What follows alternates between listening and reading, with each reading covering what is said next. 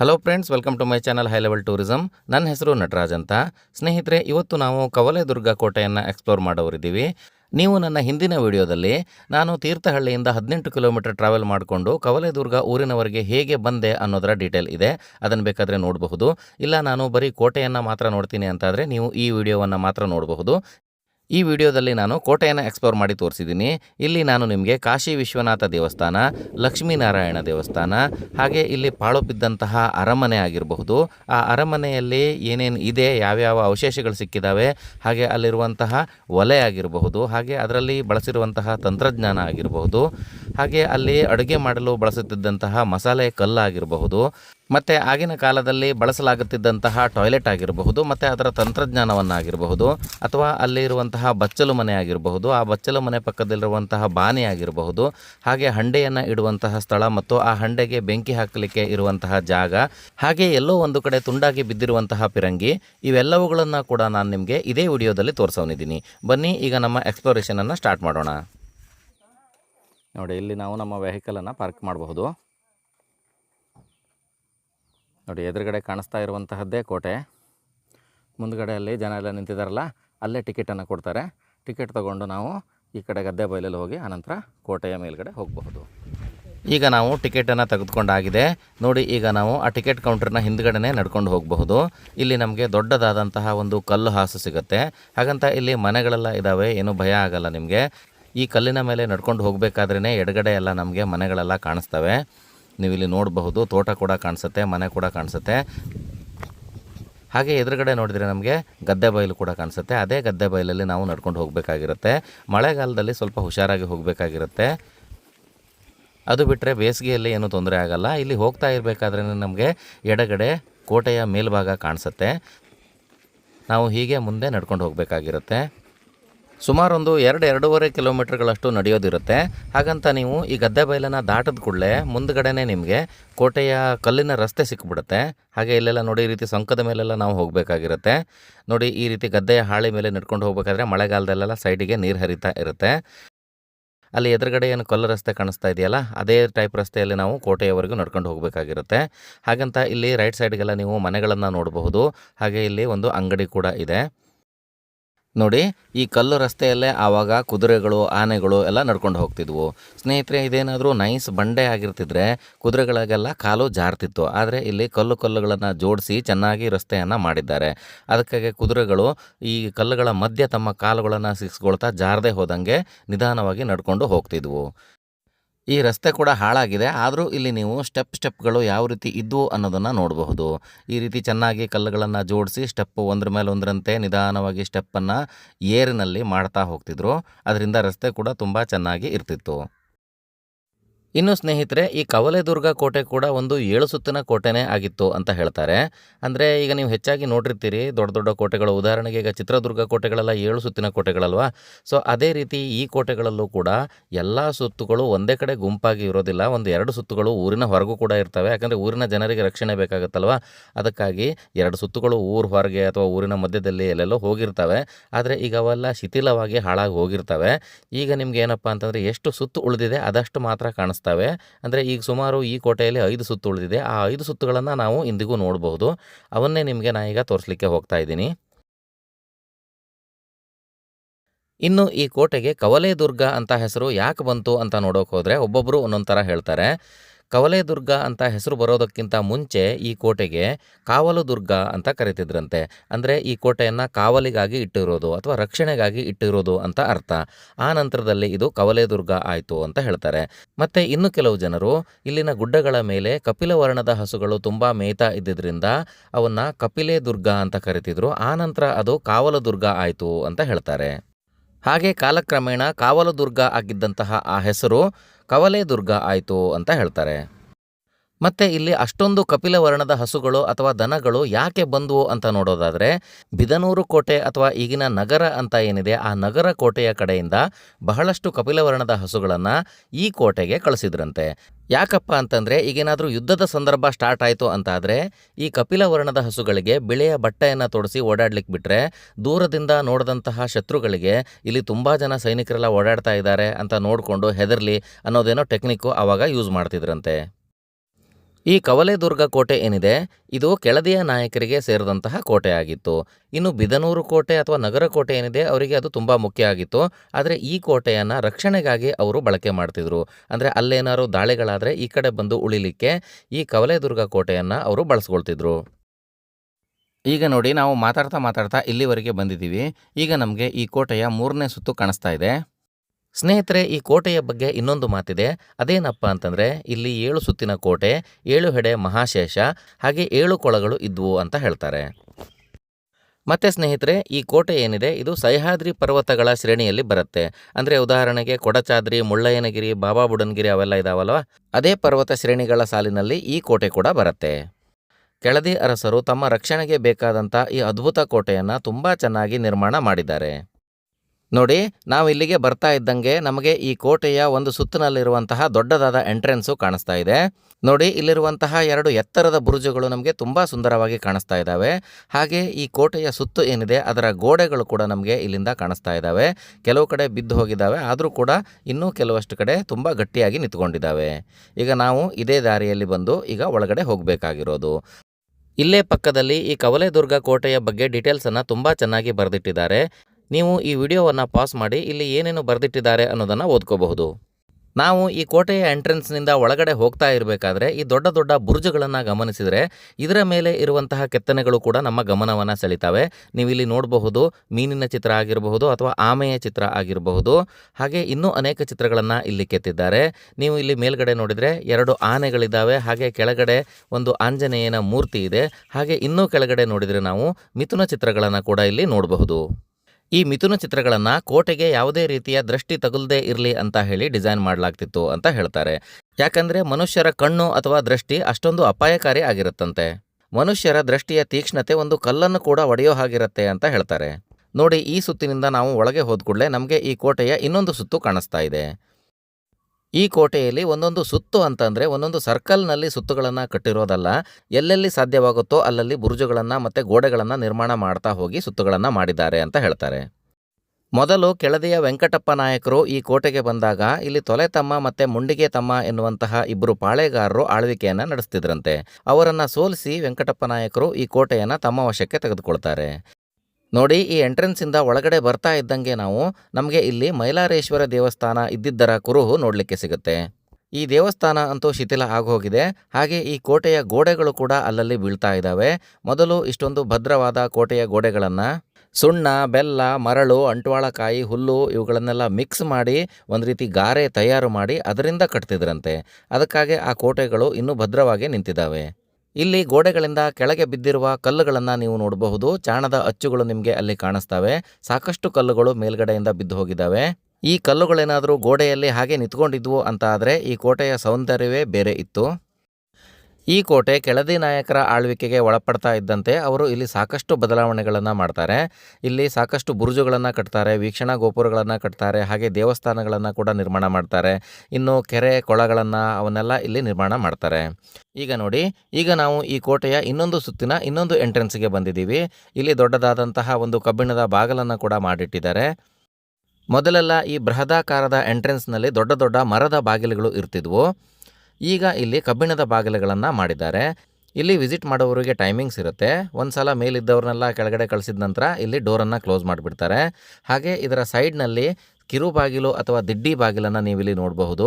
ಇಲ್ಲಿಂದ ಕೂಡ ನಾವು ಒಳಗಡೆ ಹೋಗಬಹುದು.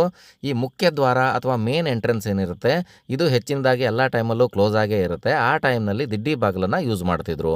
ಏನಾದರೂ ಕುದುರೆಗಳು ಬರೋದಿದೆ, ಆನೆಗಳು ಬರೋದಿದೆ ಅಂತ ಆದರೆ ಮಾತ್ರ ಈ ಬಾಗಿಲುಗಳನ್ನು ತೆರೆತಿದ್ರು. ಇಲ್ಲದೆ ಹೋದರೆ ಎಲ್ಲರೂ ಈ ದಿಡ್ಡಿ ಬಾಗಿಲನ್ನೇ ಉಪಯೋಗಿಸ್ತಿದ್ರು. ಬನ್ನಿ ಈಗ ಮುಖ್ಯ ದ್ವಾರದಿಂದ ಒಳಗಡೆ ಹೋಗೋಣ. ನಾವು ಈ ಮೇನ್ ಎಂಟ್ರೆನ್ಸಲ್ಲಿ ಒಳಗಡೆ ಹೋಗ್ತಾ ಇದ್ದಂಗೆ ನಮಗೆ 2 ಕಡೆಗಳಲ್ಲೂ ಕಟ್ಟೆಗಳು ಕಾಣಿಸ್ತವೆ. ಆ ಕಟ್ಟೆಗಳ ಕಂಬಗಳನ್ನೆಲ್ಲ ನೀವು ಇಂದಿಗೂ ನೋಡಬಹುದು. ಆದರೆ ಕಂಬಗಳೆಲ್ಲ ಬಿದ್ದು ಹೋಗಿದ್ದಾವೆ. ಮೊದಲು ಈ ಕಟ್ಟೆಗಳ ಕಂಬಗಳ ಮೇಲೆಲ್ಲ ಛಾವಣಿ ಇರ್ತಿತ್ತಂತೆ. ಅಂದರೆ ನೆರಳಿಗೆ ಬೇಕಲ್ವ ಯಾರಾದರೂ ಬಂದು ಕೂತಾಗ, ಅದಕ್ಕಾಗಿ ಛಾವಣಿ ಎಲ್ಲ ಇರ್ತಿತ್ತಂತೆ. ನೋಡಿ, ಇದನ್ನು ಎಷ್ಟೊಂದು ಚೆನ್ನಾಗಿ ಆಗಿನ ಕಾಲದಲ್ಲಿ ನಿರ್ಮಾಣ ಮಾಡಿದರು ಅಂತ ಗೊತ್ತಾಗುತ್ತೆ. ಆದರೆ ದಾಳಿಗೆ ಒಳಗಾದ ನಂತರ ಇವೆಲ್ಲ ಈಗ ಬಿದ್ದು ಹೋಗಿದ್ದಾವೆ. ನೋಡಿ, ಈ ಎಂಟ್ರೆನ್ಸನ್ನು ದಾಟಿ ನಾವು ಮುಂದೆ ಹೋಗ್ತಾ ಇದ್ದಂಗೆ ನಮಗೆ ಇಲ್ಲಿ ಸ್ವಲ್ಪ ದೊಡ್ಡ ಜಾಗ ಕಾಣಿಸುತ್ತೆ. ಅಂದರೆ ಕೋಟೆಯ ಗೋಡೆಯ ತುದಿವರೆಗೂ ನಾವಿಲ್ಲಿ ಹೋಗಬಹುದು, ಅಷ್ಟೊಂದು ಜಾಗ ಇದೆ ಇಲ್ಲಿ.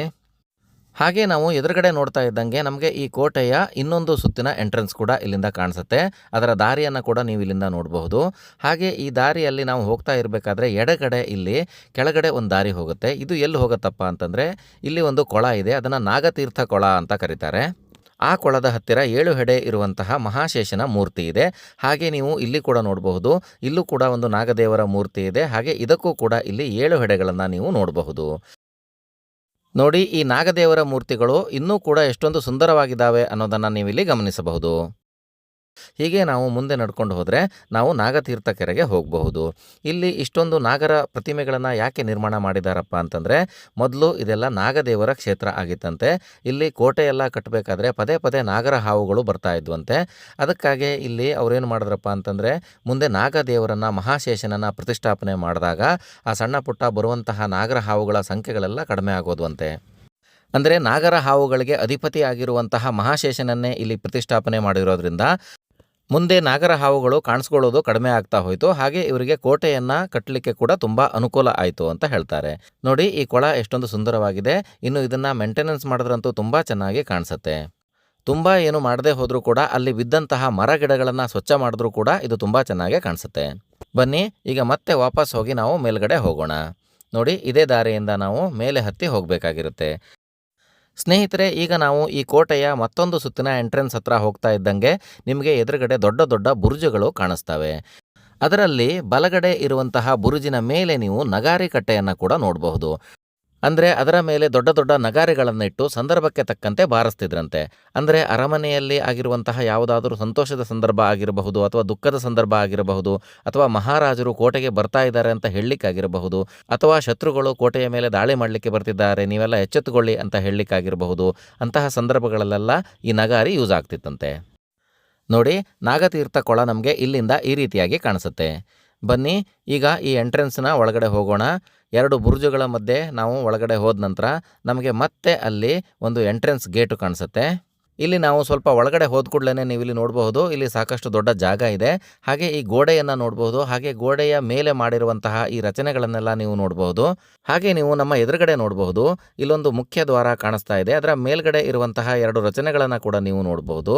ಹಾಗೆ ಈ ಬಾಗಿಲಿನ ಪಕ್ಕದಲ್ಲೂ ಕೂಡ ಒಂದು ದಿಡ್ಡಿ ಬಾಗಿಲು ಅಥವಾ ಕಿರು ಬಾಗಿಲು ಅಂತ ಇದೆ. ಅದರಿಂದನೂ ನಾವು ಒಳಗಡೆ ಹೋಗಿ ಈ ಕಡೆ ಬರಬಹುದು. ಬನ್ನಿ, ಈಗ ವಾಪಸ್ ಮೇನ್ ಬಾಗಿಲಿಂದನೇ ಹೋಗೋಣ. ನೋಡಿ, ಈಗ ನಮ್ಮ ಎದುರುಗಡೆ ಒಂದು ಕಟ್ಟೆಯ ರೀತಿ ರಚನೆ ಕಾಣಿಸ್ತಾ ಇದೆಯಲ್ಲ, ಇದರಲ್ಲಿ ಮೊದಲು ನೀರನ್ನು ಶೇಖರಣೆ ಮಾಡಿ ಇಟ್ಕೊಳ್ತಿದ್ರಂತೆ.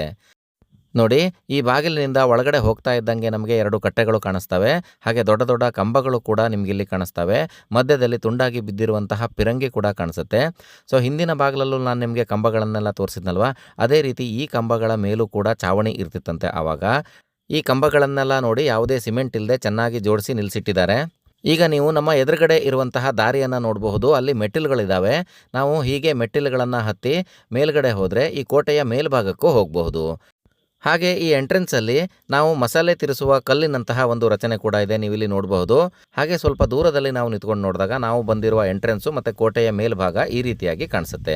ಅಲ್ಲಿ ಕಾಣಿಸ್ತಾ ಇರುವಂತಹ ಮೇಲ್ಭಾಗಕ್ಕೆ ಹೋಗಬೇಕು ಅಂತಂದರೆ ನಾವು ಇನ್ನೂ ಸುಮಾರಷ್ಟು ಮೆಟ್ಟಿಲುಗಳನ್ನು ಹತ್ತಿ ಮೇಲೆ ಹೋಗಬೇಕಾಗಿರುತ್ತೆ. ಈಗ ಬನ್ನಿ, ಸ್ವಲ್ಪ ಮೇಲೆ ಹೋಗಿ ಅಲ್ಲಿಂದ ಈ ಎಂಟ್ರೆನ್ಸ್ನ ವ್ಯೂ ಹೇಗೆ ಕಾಣುತ್ತೆ ಅನ್ನೋದನ್ನು ತೋರಿಸ್ತೀನಿ. ನೋಡಿ, ಸ್ವಲ್ಪ ಎತ್ತರ ಹೋಗಿ ನೋಡಿದಾಗ ನಾವು ಬಂದಿರುವಂತಹ ದಾರಿ ನಮಗೆ ಈ ರೀತಿಯಾಗಿ ಕಾಣಿಸುತ್ತೆ. ನೋಡಿ, ಹೀಗೆ ನಾವು ಹೋಗಿ ಮೇಲೆ ಹೋಗಿ ಇದರ ಇನ್ನೊಂದು ಎಂಟ್ರೆನ್ಸ್ಗೆ ಹೋಗಿ ಅಲ್ಲಿಂದ ಮೇಲೆ ಹತ್ತಿ ಹೋಗಬೇಕಾಗಿರುತ್ತೆ. ಇನ್ನು ನೀವು ಮೇಲ್ಗಡೆ ಹೋಗಿ ನೋಡಬೇಕಾಗಿರುವಂತಹ ಅದ್ಭುತ ಸ್ಥಳಗಳು ತುಂಬ ಇದ್ದಾವೆ. ಆದರೆ ಈಗ ನಾನು ಇಲ್ಲಿಂದ ಎಡಕ್ಕೆ ಹೋಗಿ ತುಂಡಾಗಿ ಬಿದ್ದಿರುವಂತಹ ಒಂದು ಪಿರಂಗಿಯನ್ನು ನಿಮಗೆ ತೋರಿಸ್ತೀನಿ. ನೋಡಿ, ಇಲ್ಲಿಂದ ಎಡಗಡೆ ಇರುವಂತಹ ಒಂದು ಬುರುಜಿನ ಮೇಲೆ ಹತ್ತಿ ಹೋಗಿ ಈ ಕಿಂಡಿಯಿಂದ ನಾವು ಆ ಕಡೆ ಇಣುಕಿ ನೋಡಿದಾಗ ನಮಗೆ ವಾತಾವರಣ ತುಂಬ ಚೆನ್ನಾಗಿ ಕಾಣಿಸುತ್ತೆ. ದೂರ ದೂರ ಇರುವಂತಹ ಬೆಟ್ಟಗುಡ್ಡಗಳೆಲ್ಲ ಕಾಣಿಸ್ತವೆ. ಹಾಗೆ ಇಲ್ಲೇ ಕೆಳಗಡೆ ಇರುವಂತಹ ಒಂದು ತುಂಡಾಗಿ ಬಿದ್ದ ಪಿರಂಗಿ ಕೂಡ ತುಂಬ ಚೆನ್ನಾಗಿ ಕಾಣಿಸುತ್ತೆ. ಬನ್ನಿ, ಈ ಹಚ್ಚ ಹಸುರಿನಲ್ಲಿ ಬಿದ್ದಿರುವಂತಹ ಈ ಪಿರಂಗಿ ತುಂಡನ್ನು ಸ್ವಲ್ಪ ನಿಮಗೆ ಹತ್ತಿರದಿಂದ ತೋರಿಸ್ತೀನಿ. ನೋಡಿ, ಈ ಪಿರಂಗಿ ಒಡೆದಿರೋದು ನೋಡಿದ್ರೆ ನಿಮಗೆ ಗೊತ್ತಾಗುತ್ತೆ ಇದು ಒಡೆದಂತಹ ಸಂದರ್ಭದಲ್ಲಿ ಎಷ್ಟು ಜನರಿಗೆ ಗಾಯಗಳಾಗಿರಬಹುದು ಅಂತ. ಯಾಕಂದರೆ ಸುಮ್ಮನೆ ಇಟ್ಟಲ್ಲಂತೂ ಒಡೆದು ಹೋಗೋದಿಲ್ಲ. ಇದು ಯಾವುದಾದ್ರೂ ಒಂದು ಯುದ್ಧದ ಸಂದರ್ಭದಲ್ಲಿ ಶತ್ರುಗಳು ದಾಳಿ ಮಾಡಿದಾಗ, ಇವರು ಕೂಡ ಪ್ರತಿದಾಳಿಯನ್ನು ಮಾಡಿದಾಗ ಆ ಸಂದರ್ಭದಲ್ಲಿ ಇಷ್ಟೊಂದು ಪ್ರಮಾಣದಲ್ಲಿ ಡ್ಯಾಮೇಜ್ ಆಗೋ ಚಾನ್ಸಸ್ ಇರುತ್ತೆ. ಇದು ಒಡೆದಿರೋದನ್ನು ನೋಡಿದ್ರೇ ಎಷ್ಟೊಂದು ತುಂಡುಗಳು ಹಾರು ಹೋಗಿ ಇನ್ನು ಯಾರ್ಯಾರಿಗೆ ತಾಗಿ ಎಷ್ಟೊಂದು ಗಾಯಗಳಾಗಿತ್ತೋ ಅನ್ನೋದನ್ನು ನಾವಿಲ್ಲಿ ನೆನೆಸ್ಕೋಬಹುದು. ನೋಡಿ, ಈ ಪಿರಂಗಿಯ ತುಂಡು ಈಗ ಒಂದು ಇತಿಹಾಸವಾಗಿ ಉಳಿದ್ಬಿಟ್ಟಿದೆ. ಬನ್ನಿ, ಈಗ ನಾವು ವಾಪಸ್ ಹೋಗಿ ನಮ್ಮ ಜರ್ನಿಯನ್ನು ಕಂಟಿನ್ಯೂ ಮಾಡೋಣ. ನೋಡಿ ಅಲ್ಲಿ ಎದುರುಗಡೆ ಒಂದು ಮರ ಕಾಣಿಸ್ತಾ ಇದೆಯಲ್ಲ, ಅಲ್ಲಿಂದ ನಿಂತ್ಕೊಂಡು ನೋಡಿದಾಗ ನಮಗೆ ವ್ಯೂ ಈ ರೀತಿಯಾಗಿ ತುಂಬ ಸುಂದರವಾಗಿ ಕಾಣಿಸುತ್ತೆ. ಸ್ನೇಹಿತರೆ, ಕೋಟೆಗಳಲ್ಲಿ ಒಟ್ಟು 4 ವಿಧಗಳು ಅಂತ ಹೇಳ್ತಾರೆ. ಅಂದರೆ ಗಿರಿದುರ್ಗ, ವನದುರ್ಗ, ಜಲದುರ್ಗ ಮತ್ತು ಮಿಶ್ರದುರ್ಗ ಅಂತ. ಈ ಕೋಟೆ ಮಿಶ್ರದುರ್ಗ ಟೈಪ್ನ ಕೋಟೆ. ಯಾಕೆ ಅಂತಂದರೆ ಈ ಕೋಟೆ ಕಾಡಲ್ಲೂ ಇದೆ, ಹಾಗೆ ಗಿರಿಯ ಮೇಲೂ ಇದೆ. ಗಿರಿ ಅಂದರೆ ಬೆಟ್ಟದ ಮೇಲೂ ಇದೆ. ಸ್ನೇಹಿತರೆ, ನಮ್ಮ ಎದುರಿಗೆ ಇರುವಂತಹ ಕೋಟೆಯ ಈ ಸುತ್ತು ಏನಿದೆ, ಇದು ಇಲ್ಲಿ ಪ್ರಮುಖವಾದಂತಹ ಸುತ್ತು. ಈ ಸುತ್ತಿನ ಎಂಟ್ರೆನ್ಸ್ ಒಳಗೆ ನಾವು ಪ್ರವೇಶ ಮಾಡ್ತಾ ಇದ್ದಂತೆ ನಮಗೆ ಈ ಕೋಟೆಯ ಪ್ರಮುಖ ಸ್ಥಳಗಳೆಲ್ಲ ಸಿಗ್ತಾ ಹೋಗ್ತವೆ. ಇಲ್ಲಿಂದ ನೋಡುವಾಗಲೇ ನಿಮಗೆ ಅಲ್ಲಿ ದೂರದಲ್ಲಿ 2 ಗರುಡುಗಂಬಗಳು ಕಾಣಿಸ್ತವೆ. ಹಾಗೆ ಈ ಬಾಗಿಲನ್ನು ನೀವು ನೋಡಬಹುದು. ಈ ಬಾಗಿಲಿನ ಎರಡೂ ಕಡೆಗಳಲ್ಲೂ ಕೂಡ ದ್ವಾರಪಾಲಕರು ಇದ್ದಾರೆ. ಹಾಗೆ ಈ ಬಾಗಿಲಿನ ಪಕ್ಕದಲ್ಲಿ ಒಂದು ಕಿರು ಬಾಗಿಲು ಕೂಡ ಇದೆ, ಅಥವಾ ದಿಡ್ಡಿ ಬಾಗಿಲು ಅಂತ ಇಲ್ಲೂ ಒಂದು ಇದೆ. ಇದರಿಂದ ಕೂಡ ನಾವು ಹೋಗಿ ಒಳಗಡೆ ಹೋಗಬಹುದು. ಬನ್ನಿ, ಈಗ ಮುಖ್ಯ ದ್ವಾರದಿಂದನೇ ನಾವು ಒಳಗಡೆ ಹೋಗೋಣ. ನೋಡಿ, ಒಳಗಡೆ ಬರ್ತಾ ಇದ್ದಂಗೆ ಇನ್ನುಳಿದ 2 ಬಾಗಿಲಿನ ಹಾಗೆ ಈ ಬಾಗಿಲಿನಲ್ಲಿ ಕೂಡ 2 ಸೈಡ್ಗೆ ಕಟ್ಟೆಗಳಿದ್ದಾವೆ. ಇಲ್ಲಿ ಕಂಬಗಳು ಕೂಡ ಅದೇ ರೀತಿಯಲ್ಲಿ ನಿಂತ್ಕೊಂಡಿದ್ದಾವೆ. ಇಲ್ಲಿ ಮೇಲ್ಗಡೆ ಕೂಡ ಛಾವಣಿ ಇತ್ತಂತೆ. ಮತ್ತು ನೀವಿಲ್ಲಿ ಒಂದು ಆಂಜನೇಯನ ದೇವಸ್ಥಾನವನ್ನು ನೋಡಬಹುದು. ಹಾಗೆ ಅದರಲ್ಲಿ ಇಂದಿಗೂ ಕೂಡ ಆಂಜನೇಯನ ಮೂರ್ತಿ ಇದೆ. ಹಾಗೆ ಸ್ನೇಹಿತರೆ, ನಾವು ಇದರಿಂದ ಒಳಗಡೆ ಹೋಗ್ತಾ ಇದ್ದಂಗೆ ನಮಗೆ ಒಂದು ಅದ್ಭುತವಾದ ಈ ಕೋಟೆಯ ಅತಿ ಸುಂದರ ದೇವಸ್ಥಾನ ಕಾಣಿಸುತ್ತೆ. ಇದು ಕಾಶಿ ವಿಶ್ವೇಶ್ವರ ದೇವಸ್ಥಾನ. ಈ ದೇವಸ್ಥಾನ ತುಂಬ ಸುಂದರವಾಗಿದೆ. ಇದರ ಎದುರುಗಡೆ ಕೂಡ ನೀವು ನೋಡಬಹುದು, ಮೇಲ್ಗಡೆ ಲಕ್ಷ್ಮೀನಾರಾಯಣ ದೇವಸ್ಥಾನ ಇದೆ. ಹಾಗೆ ಇಲ್ಲಿ ಕೂಡ ಸಾಕಷ್ಟು ಸ್ಥಳಾವಕಾಶ ಇದೆ. ನಾವು ಬಂದಿರುವ ಎಂಟ್ರೆನ್ಸನ್ನು ನೀವು ಇಲ್ಲಿಂದ ನೋಡಬಹುದು. ಹಾಗೆ ಸ್ನೇಹಿತರೆ, ಈ ಕಾಶಿ ವಿಶ್ವೇಶ್ವರ ದೇವಸ್ಥಾನದ ವಿಶೇಷದ ಬಗ್ಗೆ ನಿಮಗೆ ಹೇಳಬೇಕು ಅಂತಂದರೆ, ನೀವಿಲ್ಲಿ ನೋಡ್ತಾ ಇರಬಹುದು, ನಿಮಗೆ 2 ಗರುಡುಗಂಬಗಳು ಕಾಣಿಸ್ತವೆ. ಸಾಧಾರಣವಾಗಿ ಎಲ್ಲ ದೇವಸ್ಥಾನದ ಎದುರುಗಡೆಯೂ ಒಂದೇ ಗರುಡುಗಂಬ ಇದ್ದರೆ, ಈ ದೇವಸ್ಥಾನದ ಎದುರುಗಡೆ ಮಾತ್ರ ಕಾಶಿಯಲ್ಲಿ ಇರೋ ಹಾಗೆ 2 ಗರುಡುಗಂಬಗಳು ಇದ್ದಾವೆ. ಹಿಂದೊಮ್ಮೆ ಕೆಳದಿಯ ದೊರೆ ಸಂಕಣ್ಣ ನಾಯಕರು ಉತ್ತರ ಭಾರತಕ್ಕೆ ತೀರ್ಥಯಾತ್ರೆಗೆ ಹೋಗಿರ್ತಾರೆ. ಹಾಗೆ ಕಾಶಿಯಿಂದ ಅವರು ಒಂದು ಸ್ಫಟಿಕದ ಲಿಂಗವನ್ನು ತಂದಿರ್ತಾರೆ. ಆ ಲಿಂಗವನ್ನು ಇಲ್ಲಿ ಅರಮನೆಯನ್ನು ಕಟ್ಟಬೇಕಾದ್ರೆ ವೆಂಕಟಪ್ಪ ನಾಯಕರು ಪ್ರತಿಷ್ಠಾಪನೆಯನ್ನು ಮಾಡ್ತಾರೆ. ಇದನ್ನು ಕಾಶಿ ವಿಶ್ವೇಶ್ವರ ದೇವಸ್ಥಾನ ಅಂತ ಕರೀತಾರೆ. ಈ ದೇವಸ್ಥಾನವನ್ನು ಇಂಡೋ ಇಸ್ಲಾಮಿಕ್ ಸ್ಟೈಲ್ನಲ್ಲಿ ನಿರ್ಮಾಣ ಮಾಡಲಾಗಿದೆ ಅಂತ ಹೇಳ್ತಾರೆ. ನೋಡಿ, ಇಲ್ಲಿ ಒಳಗಡೆ ಬರ್ತಿದ್ದಂಗೆ ನೀವು ನೋಡಬಹುದು, ಈ ದೇವಸ್ಥಾನವನ್ನು ಕಟ್ಟಿಸಿದವರ ಚಿತ್ರವನ್ನು ಇಲ್ಲಿ ಬಿಡಿಸಿರ್ತಾರೆ. ಭಕ್ತಾದಿಗಳು ಇದರ ಮೇಲೆ ತುಳ್ಕೊಂಡು ಹೋದರೆ ಅವರಿಗೆ ಪುಣ್ಯ ಬರುತ್ತೆ ಅಂತ ಹೇಳ್ತಾರೆ. ನೋಡಿ, ಇದೇ ಕಾಶಿ ವಿಶ್ವೇಶ್ವರ ದೇವಸ್ಥಾನ. ಮೇಲ್ಗಡೆ ನೀವು ಮೀನಾರ್ಗಳು ಮತ್ತು ಕಂಗುರಗಳನ್ನು ನೋಡಬಹುದು. ಈ ದೇವಸ್ಥಾನದಲ್ಲಿ ಗರ್ಭಗುಡಿ ಮತ್ತು ಮುಖಮಂಟಪಗಳು ಮಾತ್ರ ಇದ್ದಾವೆ. ಹಾಗೆ ಇಲ್ಲಿನ ಕೆತ್ತನೆಗಳನ್ನೆಲ್ಲ ನೀವು ನೋಡಬಹುದು. ಈ ದೇವಸ್ಥಾನದ ಪಕ್ಕದಲ್ಲೇ ತುಲಾಭಾರ ಮಂಟಪವಿದೆ. ಇದು ಕೂಡ ನೋಡಿ ತುಂಬ ಚೆನ್ನಾಗಿದೆ. ಹಾಗೆ ಈ ದೇವಸ್ಥಾನದ ಆರ್ಚನ್ನು ನೋಡಿದರೆ ನೀವು, ಇದು ಇಸ್ಲಾಮಿಕ್ ಶೈಲಿಯಲ್ಲಿ ಇರೋದು ನಿಮಗೆ ಗೊತ್ತಾಗುತ್ತೆ. ಗೋಡೆಗಳ ಮೇಲೆಲ್ಲ ಸುಂದರ ಕೆತ್ತನೆಗಳಿದ್ದಾವೆ. ಅದರಲ್ಲೂ ಈ ಯಾಳೆಯ ಕೆತ್ತನೆ ಎಲ್ಲರ ಗಮನ ಸೆಳೆಯುತ್ತೆ.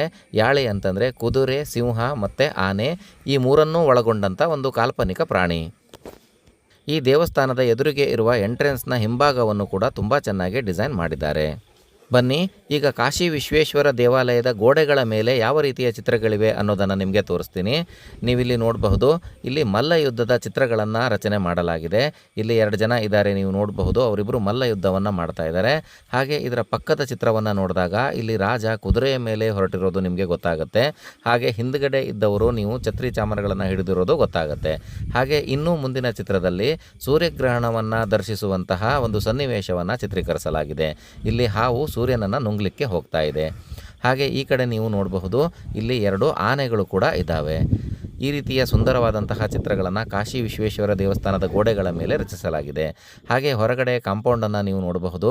ಆವಾಗಿನ ಕಾಲದಲ್ಲೇ ಇದನ್ನು ಎಷ್ಟೊಂದು ಸುಂದರವಾಗಿ ಭದ್ರವಾಗಿ ನಿರ್ಮಾಣ ಮಾಡಿದ್ದಾರೆ ಅನ್ನೋದು ನಿಮಗೆ ಗೊತ್ತಾಗುತ್ತೆ. ನೋಡಿ, ಇದರ ಲಾಕಿಂಗ್ ಸಿಸ್ಟಮ್ ಕೂಡ ತುಂಬ ಅದ್ಭುತವಾಗಿದೆ. ಹಾಗೆ ಈ ಕಾಂಪೌಂಡಿಂದ ಹೊರಗಡೆ ಹೋಗಲಿಕ್ಕೆ ಕೂಡ ಇಲ್ಲಿ ಒಂದು ಸಣ್ಣ ದಾರಿಯನ್ನು ಬಿಟ್ಟಿದ್ದಾರೆ. ಮತ್ತು ಈ ಕಾಂಪೌಂಡ್ನ ಕಲ್ಲುಗಳನ್ನೆಲ್ಲ ನೀವು ನೋಡಬಹುದು. ಈ ಕಲ್ಲುಗಳ ಮೇಲೆ ಕೂಡ ಕೆಲವೊಂದಿಷ್ಟು ಕೆತ್ತನೆಗಳಿದ್ದಾವೆ. ನಿಮಗೇನಾದರೂ ಆ ಕೆತ್ತನೆಗಳ ಅರ್ಥ ಗೊತ್ತು ಅಂತ ಆದರೆ ನಮಗೆ ದಯವಿಟ್ಟು ತಿಳಿಸಿ. ಹಾಗೆ ಈ ರೀತಿಯ ಕಿಂಡಿಗಳನ್ನು ಬಿಟ್ಟಿದ್ದಾರೆ. ಅಂದರೆ ಆ ಕಡೆ ಎಲ್ಲ ಓಡಾಡ್ತಾ ಇರೋರನ್ನ ಇಲ್ಲಿಂದ ನಾವು ಆರಾಮಾಗಿ ನೋಡಬಹುದು. ಯಾಕಂದರೆ ಈ ಕಾಂಪೌಂಡ್ನ ಹೈಟು ತುಂಬ ಹೆಚ್ಚು ಇರೋದ್ರಿಂದ ಮೇಲ್ಗಡೆಯಿಂದ ನೋಡೋದು ಕಷ್ಟ. ಮತ್ತು ಇಲ್ಲಿ ಹಾವನ್ನು ಕೂಡ ಕೆತ್ತನೆ ಮಾಡಲಾಗಿದೆ.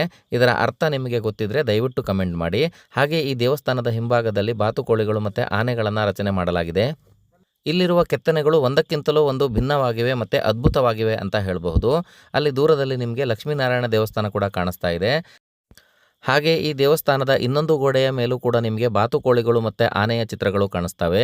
ಕೆಲವು ಕಡೆಗಳಲ್ಲಿ ಆನೆಗಳು ಡೋಲನ್ನು ಕೂಡ ಬಾರಿಸ್ತಾ ಇದ್ದಾವೆ. ಹಾಗೆ ಇಲ್ಲಿ ಚಂದ್ರಗ್ರಹಣ ಆಗೋದನ್ನು ನೀವು ನೋಡಬಹುದು. ಇಲ್ಲಿ ಹಾವು ಚಂದ್ರನನ್ನು ನುಂಗ್ಲಿಕ್ಕೆ ಹೋಗ್ತಾ ಇದೆ, ಆ ಕಡೆ ಹಾವು ಸೂರ್ಯನನ್ನು ನುಂಗ್ಲಿಕ್ಕೆ ಹೋಗ್ತಾ ಇತ್ತು. ಹಾಗೆ ಇಲ್ಲಿ ಯುದ್ಧದ ಚಿತ್ರಗಳಾಗಿರಬಹುದು ಅಥವಾ ಇನ್ಯಾವುದೋ ರೀತಿಯಲ್ಲಿ ಶಸ್ತ್ರಾಸ್ತ್ರಗಳನ್ನು ಚಲಾವಣೆ ಮಾಡೋದಾಗಿರಬಹುದು, ಎಲ್ಲ ಚಿತ್ರಣಗಳು ಕೂಡ ನಿಮಗೆ ಈ ದೇವಸ್ಥಾನದ ಗೋಡೆಗಳ ಮೇಲೆ ಸಿಗ್ತವೆ. ಪ್ರತಿಯೊಂದಕ್ಕೂ ಇಲ್ಲಿ ಒಂದೊಂದು ಅರ್ಥ ಇರುತ್ತೆ. ಇನ್ನು ಈ ದೇವಸ್ಥಾನದ ಗರುಡುಗಂಬಗಳು ಮಾತ್ರ ತುಂಬ ವಿಶಿಷ್ಟವಾಗಿದ್ದಾವೆ. ನಾನು ನಿಮಗೆ ಮೊದಲೇ ತಿಳಿಸಿರುವಂತೆ ಈ ದೇವಸ್ಥಾನದ ಮುಂದುಗಡೆ ಎರಡೆರಡು ಗರುಡುಗಂಬಗಳಿದ್ದಾವೆ. ಶಿವನ ದೇವಸ್ಥಾನದ ಮುಂದೆ ಇಲ್ಲಿ ಬಿಟ್ಟರೆ ಕಾಶಿಯಲ್ಲೇ ಇನ್ನೂ ಎರಡೆರಡು ಗರುಡುಗಂಬಗಳು ಇರೋದು ಅಂತ ಹೇಳ್ತಾರೆ. ನೋಡಿ, ಇನ್ನೊಂದು ಬದಿಯಿಂದ ಈ ದೇವಸ್ಥಾನ ಈ ರೀತಿಯಾಗಿ ಕಾಣಿಸುತ್ತೆ. ಹಾಗೆ ಈ ದೇವಸ್ಥಾನದ ಹಿಂದೆ ಕೂಡ ಇನ್ನೊಂದು ಕೊಳ ಇದೆ. ಇಲ್ಲಿ ಒಟ್ಟು 7 ಕೊಳಗಳಿದ್ದಾವೆ ಈ ಕೋಟೆಯಲ್ಲಿ ಅಂತ ಹೇಳ್ತಾರೆ. ಅದರಲ್ಲಿ ಇದರ ಹಿಂದ್ಗಡೆ ಇರುವ ಕೊಳ ಕೂಡ ಒಂದು. ಈ ಕೊಳದಲ್ಲಿ ಕೂಡ ಸಾಕಷ್ಟು ನೀರಿರೋದನ್ನು ನೀವು ನೋಡಬಹುದು. ಬನ್ನಿ, ಈಗ ನಾವು ಈ ದೇವಸ್ಥಾನದ ಎದುರುಗಡೆ ಅಂದರೆ ಸ್ವಲ್ಪ ಎತ್ತರದಲ್ಲಿ ಇರುವಂತಹ ಲಕ್ಷ್ಮೀನಾರಾಯಣ ದೇವಸ್ಥಾನವನ್ನು ನೋಡ್ಕೊಂಡು ಬರೋಣ. ನೋಡಿ, ಆ ಲಕ್ಷ್ಮೀನಾರಾಯಣ ದೇವಸ್ಥಾನಕ್ಕೆ ಹೋಗಲಿಕ್ಕೆ ಇಲ್ಲಿ ಒಂದು ಸಣ್ಣ ಕಾಲುದಾರಿ ಇದೆ. ಹಾಗಂತ ಮೇನ್ ದಾರಿ ಎದುರುಗಡೆನೇ ಇದೆ. ನಾವು ಈ ಕಾಲುದಾರಿಯಲ್ಲೇ ಹೋದರೆ ಸ್ವಲ್ಪ ಬೇಗ ಹೋಗಬಹುದು. ನೋಡಿ, ಇಲ್ಲಿ ಬಂದ ಕೂಡಲೇ ಕೂಡ ನಮಗೆ ಸ್ವಲ್ಪ ದೊಡ್ಡದಾದ ಜಾಗ ಕಾಣಿಸುತ್ತೆ. ಹಾಗೆ ಮೇಲ್ಗಡೆ ಒಂದು ಬಂಡೆಯ ಮೇಲೆ ಪುಟ್ಟ ದೇವಸ್ಥಾನ ಕಾಣಿಸುತ್ತೆ. ಅದೇ ಲಕ್ಷ್ಮೀನಾರಾಯಣ ದೇವಸ್ಥಾನ. ಹಾಗೆ ಲಕ್ಷ್ಮೀನಾರಾಯಣ ದೇವಸ್ಥಾನಕ್ಕೆ ಹೋಗಬೇಕಾದ್ರೆ ನಮ್ಮ ಎದುರುಗಡೆ ನೀವು ನೋಡಬಹುದು ಎಣ್ಣೆ ಕೊಳ ಮತ್ತು ತುಪ್ಪದ ಕೊಳ ಅಂತ 2 ಕೊಳಗಳಿದ್ದಾವೆ. ಇದರಲ್ಲಿ ಒಂದರಲ್ಲಿ ಎಣ್ಣೆಯನ್ನು ತುಂಬಿಸಿಟ್ರೆ ಇನ್ನೊಂದು ಕೊಳದಲ್ಲಿ ತುಪ್ಪವನ್ನು ತುಂಬಿಸಿಡ್ತಿದ್ರಂತೆ. ನೋಡಿ, ಈ ಕೊಳಗಳು ಇಂದಿಗೂ ಕೂಡ ಎಷ್ಟೊಂದು ಸುಂದರವಾಗಿದ್ದಾವೆ ಅನ್ನೋದನ್ನು ನೀವು ನೋಡಬಹುದು. ಆ ಎಣ್ಣೆಯನ್ನು ಅಥವಾ ತುಪ್ಪವನ್ನು ತೆಗಿಲಿಕ್ಕೆ ಮೇಲ್ಗಡೆಯಿಂದ ಹೋಲನ್ನು ಮಾಡಿದ್ದಾರೆ. ಹಾಗೆ ಇಲ್ಲಿಂದ ನೋಡಿದರೆ ನಮಗೆ ಕಾಶಿ ವಿಶ್ವೇಶ್ವರ ದೇವಸ್ಥಾನ ಮತ್ತು ಸುತ್ತಮುತ್ತಲಿನ ವಾತಾವರಣ ಈ ರೀತಿ ಕಾಣಿಸುತ್ತೆ. ನೀವು ಇಲ್ಲಿ ನೋಡಿದರೆ ಎಣ್ಣೆ ಕೊಳ ಮತ್ತು ತುಪ್ಪದ ಕೊಳ 2 ಸಪ್ರೇಟ್ ಅಂತ ಅನಿಸೋದೇ ಇಲ್ಲ. ಒಂದೇ ಹೊಂಡ ಇದು ಅಥವಾ ಒಂದೇ ಕೊಳ ಅಂತ ನಿಮಗೆ ಅನಿಸುತ್ತೆ, ಆದರೆ ಹಾಗಿಲ್ಲ. ಇಲ್ಲಿ ಮಧ್ಯದಲ್ಲಿ ಪಾರ್ಟಿಷನ್ ಕೂಡ ಮಾಡಿದ್ದಾರೆ. ಆದರೆ ಸದ್ಯಕ್ಕೆ ಇದರಲ್ಲಿ ಈಗ ನೀರು ತುಂಬಿಕೊಂಡಿದೆ. ಅಂದರೆ ಈಗೇನಿಲ್ಲಿ ಎಣ್ಣೆ ಅಥವಾ ತುಪ್ಪವನ್ನು ಯಾರೂ ಶೇಖರಣೆ ಮಾಡೋದಿಲ್ಲ, ಅದಕ್ಕಾಗಿ ಮಳೆ ನೀರು ಇಲ್ಲಿ ತುಂಬಿಕೊಂಡಿದೆ. ಈಗ ಬನ್ನಿ, ಆ ಎತ್ತರದ ಬಂಡೆಯ ಮೇಲಿರುವ ಲಕ್ಷ್ಮೀನಾರಾಯಣ ದೇವಸ್ಥಾನದ ಕಡೆ ಹೋಗೋಣ. ನೋಡಿ, ಲಕ್ಷ್ಮೀನಾರಾಯಣ ದೇವಸ್ಥಾನಕ್ಕೆ ಹೋಗಲಿಕ್ಕೆ ಈ ರೀತಿಯಾದಂತಹ ಒಂದು ದಾರಿಯ ವ್ಯವಸ್ಥೆ ಇದೆ. ಇಲ್ಲಿ ಹತ್ತಾ ಹೋದರೆ ನಾವೆಲ್ಲೋ ಆಕಾಶಕ್ಕೆ ಹೋಗ್ಬಿಡ್ತೇವೇನೋ ಅಂತ ಅನಿಸೋ ರೀತಿ ಕಾಣಿಸುತ್ತೆ ನಮಗೆ. ಲಕ್ಷ್ಮೀನಾರಾಯಣ ದೇವಸ್ಥಾನಕ್ಕೆ ಹತ್ತಾ ಇರಬೇಕಾದ್ರೆ ನಮಗೆ ರೈಟ್ ಸೈಡಲ್ಲಿ ಕಾಶಿ ವಿಶ್ವೇಶ್ವರ ದೇವಸ್ಥಾನ ಕೂಡ ತುಂಬ ಚೆನ್ನಾಗಿ ಕಾಣಿಸುತ್ತೆ. ಹಾಗೆ ಇಲ್ಲಿ ಹೋದ ನಂತರ ನೀವು ನೋಡಬಹುದು ಸೈನಿಕರೆಲ್ಲ ನಿಂತ್ಕೊಳ್ಳಿಕ್ಕೆ ಇಲ್ಲಿ ಸುಂದರವಾದಂತಹ ವ್ಯವಸ್ಥೆ ಇದೆ. ಇಲ್ಲಿಂದ ನಿಂತ್ಕೊಂಡು ನೋಡಿದ್ರೆ ಕೋಟೆಯ ಬಹುಭಾಗ ಕಾಣಿಸುತ್ತೆ. ಹಾಗೆ ಕೆಳಗಡೆ ಇರುವಂತಹ ವಿಶ್ವೇಶ್ವರ ದೇವಸ್ಥಾನ ಕೂಡ ತುಂಬ ಚೆನ್ನಾಗಿ ಕಾಣಿಸುತ್ತೆ. ನೀವು ಸಾಕಷ್ಟು ಫೋಟೋಗಳಲ್ಲಿ ನೋಡಿರಬಹುದು, ವಿಶ್ವೇಶ್ವರ ದೇವಸ್ಥಾನದ ಫೋಟೋವನ್ನು ಇಲ್ಲಿಂದ ತೆಗೆದಿರ್ತಾರೆ. ಹಾಗೆ ಇಲ್ಲಿಂದ ನಿಂತ್ಕೊಂಡು ನೋಡಲಿಕ್ಕೆ ನೋಡಿ ಎಷ್ಟೊಂದು ಚೆನ್ನಾಗಿರುತ್ತೆ. ದೂರ ದೂರದ ಊರುಗಳೆಲ್ಲ ನಮಗೆ ಇಲ್ಲಿಂದ ಕಾಣಿಸ್ತವೆ. ಇನ್ನು ಮಳೆ ಹೋಯಿತು ಅಂತಂದರೆ ಏನೂ ಕಾಣಿಸೋದಿಲ್ಲ. ಈಗ ಮಳೆ ಸ್ವಲ್ಪ ಕಡಿಮೆ ಆಗಿರೋದ್ರಿಂದ ನಮಗೆ ದೂರ ದೂರದಲ್ಲಿರುವಂತಹ ಊರುಗಳು, ಗದ್ದೆ ಬಯಲುಗಳು, ತೋಟಗಳು ಎಲ್ಲವುಗಳು ಕೂಡ ಇಲ್ಲಿಂದ ಕ್ಲಿಯರ್ ಆಗಿ ಕಾಣಿಸ್ತಾ ಇದ್ದಾವೆ. ಅದರಲ್ಲೂ ಈ ಲಕ್ಷ್ಮೀನಾರಾಯಣ ದೇವಸ್ಥಾನ ಇರುವಂತಹ ಬಂಡೆಯ ಟೆಕ್ಸ್ಚರ್ ಅಂತೂ ತುಂಬ ಚೆನ್ನಾಗಿ ಕಾಣಿಸ್ತಾ ಇದೆ. ಬನ್ನಿ, ಈಗ ಇದರ ಮೇಲೆ ಹತ್ತಿ ಹೋಗಿ ನಾವು ಲಕ್ಷ್ಮೀನಾರಾಯಣ ದೇವಸ್ಥಾನ ಹೇಗಿದೆ ಅನ್ನೋದನ್ನು ನೋಡೋಣ. ಇಲ್ಲಿ ಆಲ್ರೆಡಿ ಸಾಕಷ್ಟು ಜನ ಮೇಲ್ಗಡೆ ಹೋಗಿ ಕೂತ್ಕೊಂಡಿದ್ದಾರೆ. ನಾವು ಕೂಡ ಈಗ ನಿಧಾನವಾಗಿ ಹತ್ತಿ ಮೇಲ್ಗಡೆ ಹೋಗೋಣ. ಈ ಬಂಡೆಯ ಮೇಲಿನ ಟೆಕ್ಸ್ಚರನ್ನು ದೂರದಿಂದ ನೋಡ್ತಾ ಇದ್ದರೆ ಯಾವುದೋ ರಾಕ್ ಮೆಲ್ಟಿಂಗ್ ಟೆಕ್ನಾಲಜಿಯನ್ನು ಯೂಸ್ ಮಾಡಿ ಈ ಬಂಡೆಯನ್ನು ಡಿಸೈನ್ ಮಾಡಿದ್ದಾರೆ ಅಂತ ಅನಿಸುತ್ತೆ. ಅಷ್ಟೊಂದು ಅದ್ಭುತವಾಗಿದೆ ಈ ಬಂಡೆಯ ರಚನೆ. ನೋಡಿ, ಇಲ್ಲಿ ಹತ್ತಿ ಬರ್ತಾ ಇದ್ದಂತೆ ನಮಗಿಂತ ಮೊದಲೇ ಬಂದವರೆಲ್ಲ ಇಲ್ಲಿ ವಿಶ್ರಾಂತಿ ಪಡಿತಾ ಇದ್ದಾರೆ, ಇಲ್ಲಿ ಕುತ್ಕೊಂಡಿದ್ದಾರೆ. ಆಲ್ರೆಡಿ ಇವರು ಕೋಟೆಯ ಅರಮನೆಯನ್ನು ಕೂಡ ನೋಡ್ಕೊಂಡು ಬಂದು ಇಲ್ಲಿ ಕುಂತಿದ್ದಾರೆ. ನೋಡಿ, ಇಲ್ಲಿ ಸಾಕಷ್ಟು ಜನ ಇದ್ದಾರೆ. ಇವರೆಲ್ಲ ಪ್ರವಾಸಿಗರು ಈ ಕೋಟೆಯನ್ನು ನೋಡಲಿಕ್ಕೆ ಅಂತಲೇ ಇಲ್ಲಿ ಬಂದಿದ್ದಾರೆ. ಹಾಗೆ ನಮ್ಮ ಎದುರುಗಡೆ ನೀವು ದೇವಸ್ಥಾನವನ್ನು ನೋಡಬಹುದು. ಈ ದೇವಸ್ಥಾನದಲ್ಲಿ ಗರ್ಭಗುಡಿ ಮಾತ್ರ ಇದೆ. ಹಾಗೆ ಇಲ್ಲಿ ದೇವರ ಮೂರ್ತಿಯನ್ನು ಕೂಡ ನೀವು ನೋಡಬಹುದು. ಅದು ಇಂದಿಗೂ ಕೂಡ ಸುಂದರವಾಗಿದೆ. ಹಾಗೆ ನಾವು ಲಕ್ಷ್ಮೀನಾರಾಯಣ ದೇವಸ್ಥಾನದ ಎದುರುಗಡೆ ನಿಂತು ನೋಡಿದಾಗ ನಮಗೆ ವ್ಯೂ ತುಂಬ ಅದ್ಭುತವಾಗಿ ಕಾಣಿಸುತ್ತೆ. ಎಣ್ಣೆ ಕೊಳ, ತುಪ್ಪದ ಕೊಳದಿಂದ ಹಿಡಿದು ಕಾಶಿ ವಿಶ್ವೇಶ್ವರ ದೇವಸ್ಥಾನದಿಂದ ಹಿಡಿದು ಇನ್ನೂ ತುಂಬ ದೂರದವರೆಗೆ ಇರುವಂತಹ ಊರುಗಳು, ಬೆಟ್ಟಗುಡ್ಡಗಳು ಎಲ್ಲವುಗಳು ಕೂಡ ನಮಗೆ ಇಲ್ಲಿಂದ ಇನ್ನೂ ಸುಂದರವಾಗಿ ಕಾಣಿಸ್ತಾ ಇದ್ದಾವೆ. ಈ ಸ್ಥಳಕ್ಕೆ ಪ್ರತಿದಿನ ಸಾವಿರಾರು ಜನರು ವಿಸಿಟ್ ಮಾಡ್ತಾರೆ. ಇಲ್ಲಿ ಬಂದು ಸೆಲ್ಫಿಯನ್ನು ತಕ್ಕೋತಾರೆ. ಹಾಗೆ ಇಡೀ ಕೋಟೆಯನ್ನು ಸುತ್ತಿ ಆ ನಂತರ ಮನೆಗೆ ಹೋಗ್ತಾರೆ. ಕೋಟೆಯ ಈ ಸ್ಥಳವನ್ನು ನೋಡಿಕೊಂಡು ನಾವು ಇನ್ನೂ ಒಂದು ಸ್ವಲ್ಪ ಮೇಲೆ ಹೋಗಬೇಕಾಗಿರುತ್ತೆ. ಅಲ್ಲಿ ಭವ್ಯವಾದಂತಹ ಅರಮನೆ ಇದೆ. ಅದಕ್ಕೆ ಹೋಗೋದಕ್ಕಿಂತ ಮೊದಲು ನಾನು ಇಲ್ಲಿ ಒಂದು ಸೆಲ್ಫಿ ವಿಡಿಯೋವನ್ನು ಮಾಡ್ಕೊಬಿಡ್ತೀನಿ. ಇಲ್ಲಿಗೆ ಬಂದಿರೋ ನೆನಪಿಗಾಗಿ ಈ ವಿಡಿಯೋ ಇರಲಿ ಅಂತ ಇಲ್ಲಿ ಸೆಲ್ಫಿ ವಿಡಿಯೋವನ್ನು ಮಾಡ್ಕೊಳ್ತಾ ಇರೋದು. ಬಂಡೆಯಿಂದ ಇಳಿದು ಎಣ್ಣೆ ಕೊಳ ಮತ್ತು ತುಪ್ಪದ ಕೊಳ ಇರುವಂತಹ ಜಾಗದ ಹಿಂದ್ಗಡೆ ಇರೋ ದಾರಿಯಿಂದ ನಾವು ಕೆಳಗಡೆ ಇಳಿದು ಸ್ವಲ್ಪ ದೂರ ನಡ್ಕೊಂಡು ಹೋದರೆ ಅರಮನೆಯ ಕಡೆಗೆ ನಾವು ಹೋಗಬಹುದು. ಈ ಅರಮನೆ ಮಾತ್ರ ಇಲ್ಲಿ ತುಂಬ ಭವ್ಯವಾಗಿದೆ. ಸ್ನೇಹಿತರೆ, ಕೆಳದಿಯಲ್ಲಿ ತುಂಬ ಜನ ರಾಜರು ಆಳ್ವಿಕೆಯನ್ನು ಮಾಡಿದ್ದಾರೆ. ಆದರೆ ಅದರಲ್ಲಿ ತುಂಬ ಸುದೀರ್ಘವಾಗಿ ಅಂದರೆ ಸುಮಾರು ಒಂದು 25 ವರ್ಷಗಳ ಕಾಲ ರಾಜ್ಯಭಾರ ಮಾಡಿದಂತಹ ಕೀರ್ತಿ ರಾಣಿ ಚೆನ್ನಮ್ಮಾಜಿಯವರಿಗೆ ಸೇರುತ್ತೆ. ಆ ಮಹಾನ್ ಚೆನ್ನಮ್ಮಾಜಿಯವರ ಪಟ್ಟಾಭಿಷೇಕ ಆಗಿರುವಂತಹದ್ದು ಇದೇ ಅರಮನೆಯಲ್ಲಿ. ಈಗ ನಾನೇನು ನಿಮಗೆ ಅರಮನೆಯನ್ನು ತೋರಿಸ್ಲಿಕ್ಕೆ ಹೋಗ್ತಾ ಇದ್ದೀನಲ್ವ, ಅದೇ ಅರಮನೆಯಲ್ಲಿ ರಾಣಿ ಚೆನ್ನಮ್ಮಾಜಿಯವರ ಪಟ್ಟಾಭಿಷೇಕ ಆಗಿರುವಂತಹದ್ದು. ಅದೇ ದಾರಿಯಲ್ಲಿ ಹೋಗಬೇಕಾದ್ರೆ ನಮಗೆ ಇಲ್ಲಿ ಒಂದು ಕೊಳ ಕೂಡ ಸಿಗುತ್ತೆ, ನೀವು ನೋಡಬಹುದು. ಈ ಕೊಳದಲ್ಲೂ ಕೂಡ ನೀರಿದೆ. ಈ ಕೊಳವನ್ನು ಕೂಡ ಜೀರ್ಣೋದ್ಧಾರ ಮಾಡಿದರೆ ತುಂಬ ಚೆನ್ನಾಗಿ ಕಾಣಬಹುದು ಅನ್ನೋದು ನನ್ನ ಅಭಿಪ್ರಾಯ. ಬನ್ನಿ ಈಗ ಮುಂದ್ಗಡೆ ಹೋಗೋಣ. ಸ್ನೇಹಿತರೆ, ರಾಣಿ ಚೆನ್ನಮ್ಮಾಜಿಯವರ ಪಟ್ಟಾಭಿಷೇಕ ಈ ಕವಲೇದುರ್ಗದ ಅರಮನೆಯಲ್ಲೇ ಯಾಕೆ ಆಯಿತು ಅನ್ನೋದಕ್ಕೂ ಕೂಡ ಕಾರಣಗಳು ಇದ್ದಾವೆ. ಚೆನ್ನಮ್ಮಾಜಿಯವರ ಪತಿ ಸೋಮಶೇಖರರವರು ಅಕಾಲಿಕ ಮರಣವನ್ನು ಹೊಂತಾರೆ. ನಂತರ ಇವರಿಗೆ ಮಕ್ಕಳು ಕೂಡ ಇರದ ಕಾರಣ ರಾಜ್ಯಭಾರ ಮಾಡಲು ಯಾರೂ ಇರೋದಿಲ್ಲ. ಆ ಟೈಮ್ನಲ್ಲಿ ಚೆನ್ನಮ್ಮಾಜಿಯವರಿಗೆ ಪಟ್ಟಾಭಿಷೇಕ ಮಾಡಲು ಇವರಲ್ಲೇ ಕೆಲವರು ಒಪ್ಕೊಳ್ಳೋದಿಲ್ಲ. ಆ ಸಂದರ್ಭದಲ್ಲಿ ಇವರು ಬಿದನೂರಿನಿಂದ ಕವಲೇದುರ್ಗಕ್ಕೆ ಓಡಿ ಬರ್ತಾರೆ. ಮತ್ತು ಇಲ್ಲಿ ಜನರನ್ನು ಸಂಘಟಿಸಿ ತಮ್ಮ ಪಟ್ಟಾಭಿಷೇಕವನ್ನು ಇದೇ ಅರಮನೆಯಲ್ಲಿ ನೆರವೇರಿಸಿಕೊಳ್ತಾರೆ. ನಂತರ ಮತ್ತೆ ಅವರು ಬಿದನೂರಿಗೆ ಹೋಗಿ ಅಲ್ಲಿ 25 ವರ್ಷಗಳ ಕಾಲ ಸುದೀರ್ಘ ಆಳ್ವಿಕೆ ನಡೆಸ್ತಾರೆ. ಇದೇ ಕಾರಣದಿಂದ ರಾಣಿ ಚೆನ್ನಮ್ಮಾಜಿಯವರ ಪಟ್ಟಾಭಿಷೇಕ ಈ ಕವಲೇದುರ್ಗ ಕೋಟೆಯಲ್ಲಿ ಆಗತ್ತೆ. ನೋಡಿ, ಈಗ ನಾವು ಅರಮನೆಯ ಹತ್ತಿರ ಬರ್ತಾ ಇದ್ದಂಗೆ ನಮಗೆ ಮಧ್ಯದಲ್ಲಿ ಅಂದರೆ ನಮ್ಮ ಎಡಭಾಗದಲ್ಲಿ ನಮಗೆ ಇನ್ನೊಂದು ಕೊಳ ಸಿಗುತ್ತೆ. ಇದು ಸ್ವಲ್ಪ ದೊಡ್ಡ ಕೊಳ ಅಂತಲೇ ಹೇಳಬಹುದು. ಇಲ್ಲಿನ ನೀರನ್ನು ಇನ್ನು ಕೆಳಗಿನ ಕೊಳಗಳಿಗೆ ಹರಿಸಲಿಕ್ಕೆ ಇಲ್ಲಿ ಏತ ನೀರಾವರಿ ಪದ್ಧತಿಯನ್ನು ಅನುಸರಿಸ್ತಿದ್ರು ಅನ್ನೋದು ನಿಮಗೆ ಇಲ್ಲಿನ ರಚನೆಗಳನ್ನು ನೋಡಿದ್ರೆ ಗೊತ್ತಾಗುತ್ತೆ. ಬನ್ನಿ ಈಗ ಮತ್ತೆ ಅರಮನೆಯ ಕಡೆ ಪ್ರಯಾಣ ಬೆಳೆಸೋಣ. ನೋಡಿ, ಅರಮನೆಯ ಕಡೆಗೆ ಹೋಗಬೇಕಾದ್ರೆ ನಮಗೆ ಈ ರೀತಿ ಕಲ್ಲು ಬಂಡೆಯಲ್ಲೇ ಕೊರೆದಿರುವಂತಹ ಮೆಟ್ಟಿಲುಗಳು ಸಿಗ್ತವೆ. ಮಳೆಗಾಲದಲ್ಲಿ ಇವು ಸ್ವಲ್ಪ ಜಾರೋ ಚಾನ್ಸಸ್ ಇರುತ್ತೆ. ಸ್ವಲ್ಪ ನೋಡಿಕೊಂಡು ಇಲ್ಲಿ ಟ್ರಾವೆಲ್ ಮಾಡಬೇಕು. ನೋಡಿ, ಇಲ್ಲಿ ಹೋಗ್ತಾ ಇದ್ದಂಗೆ ಇಲ್ಲಿ ಒಂದು ಬಸವಣ್ಣ ಅಥವಾ ಒಂದು ನಂದಿಯ ಮೂರ್ತಿಯನ್ನು ನೀವು ನೋಡಬಹುದು. ಇದರ ಕೆತ್ತನೆ ಎಷ್ಟೊಂದು ಸುಂದರವಾಗಿದೆ ಅನ್ನೋದನ್ನು ನಿಮಗೆ ಇಲ್ಲಿ ನೋಡಿದರೆ ಗೊತ್ತಾಗುತ್ತೆ. ಹಾಗೆ ನಾವು ಇನ್ನೂ ಮುಂದೆ ಹೋಗ್ತಾ ಇದ್ದಂಗೆ ನಮಗೆ ಇನ್ನೊಂದು ಎಂಟ್ರೆನ್ಸು ಕಾಣಿಸ್ತಾ ಇದೆ. ಇದು ಈ ಕೋಟೆಯ ಇನ್ನೊಂದು ಸುತ್ತು ಅಂತಾನೆ ಹೇಳಬಹುದು. ಇಲ್ಲಿ ಒಂದು ಬುರುಜನ್ನು ಕೂಡ ನೀವು ನೋಡಬಹುದು. ಹಾಗೆ ಇಲ್ಲಿನ ಎಂಟ್ರೆನ್ಸ್ ಏನಿದೆ ಇದರ ಬಾಗಿಲಲ್ಲಿರುವಂತಹ 2 ಸಿಂಹಗಳನ್ನು ನೀವು ನೋಡಬಹುದು. ತುಂಬ ಚೆನ್ನಾಗಿ ಅದ್ಭುತವಾಗಿ ಅವುಗಳನ್ನು ಕೆತ್ತನೆ ಮಾಡಿದ್ದಾರೆ. ಹಾಗೆ ಈ ಬಾಗಿಲಿನ ಮೇಲ್ಭಾಗವನ್ನು ಕೂಡ ನೀವು ನೋಡಬಹುದು. ಒಳಗೆ ಬಂದ ಕೂಡಲೇ ಇಲ್ಲೂ ಕೂಡ ಕಟ್ಟೆಯ ರೀತಿ ರಚನೆಗಳೆಲ್ಲ ಇದ್ದಾವೆ. ಇಲ್ಲಿ ಕುತ್ಕೊಳ್ಳಿಕ್ಕೆ ಅನುಕೂಲ ಆಗಲಿ ಅಂತ ಹೇಳಿ ಈ ರೀತಿ ಎಲ್ಲ ಮಾಡಿದ್ದಾರೆ. ಹಾಗೆ ನಾವು ಎಂಟ್ರೆನ್ಸನ್ನು ದಾಟಿ ಒಳಗಡೆ ಬಂದ ಕೂಡಲೇ ಬಲಗಡೆ ಒಂದು ಎಡಗಡೆ ಒಂದು ಅಂತ ಹೇಳಿ 2 ಕಲ್ಲಿನ ಬಾನಿಗಳನ್ನು ಮಾಡಿದ್ದಾರೆ. ಅವುಗಳನ್ನು ಕುದುರೆಗೆ ನೀರು ಕುಡಿಸ್ಲಿಕ್ಕೆ ಉಪಯೋಗ ಮಾಡ್ತಿದ್ರಂತೆ. ಹಾಗೆ ಈ ಕಡೆ ಕೂಡ ಒಂದು ಬಾನಿ ಇದೆ ನೋಡಿ, ಸ್ವಲ್ಪ ಒಡೆದು ಹೋಗಿದೆ. ಆದರೆ ಇದನ್ನು ತುಂಬ ಚೆನ್ನಾಗಿ ಇಲ್ಲಿ ನಿರ್ಮಾಣ ಮಾಡಿದ್ದಾರೆ. 2 ಬಾನಿಗಳು ಕೂಡ ಕಲ್ಲಿನ ಬಾನಿಗಳೇ ಆಗಿದ್ದಾವೆ. ನೋಡಿ, ಈಗ ಈ ಬಾನಿಗಳನ್ನು ನೋಡಿ ಆದ ನಂತರ ಈಗ ನಾವು ಅರಮನೆ ಕಡೆ ಪ್ರವೇಶವನ್ನು ಮಾಡೋಣ. ನೋಡಿ, ಅರಮನೆಗೆ ಹೋಗಬೇಕಾದ್ರೆ ಕೂಡ ಇಲ್ಲಿ ಕೂಡ ಒಂದು ಸಣ್ಣ ಎಂಟ್ರೆನ್ಸ್ ಇತ್ತು. ಅಂದರೆ ಇದು ಅರಮನೆಯ ಬಾಗಿಲಾಗಿತ್ತು. ನೋಡಿ, ಇಲ್ಲಿ ಈ ಬಾಗಿಲು ಇಂದಿಗೂ ಕೂಡ ಅದೇ ರೀತಿಯಲ್ಲಿ ನಿಂತ್ಕೊಂಡಿದೆ.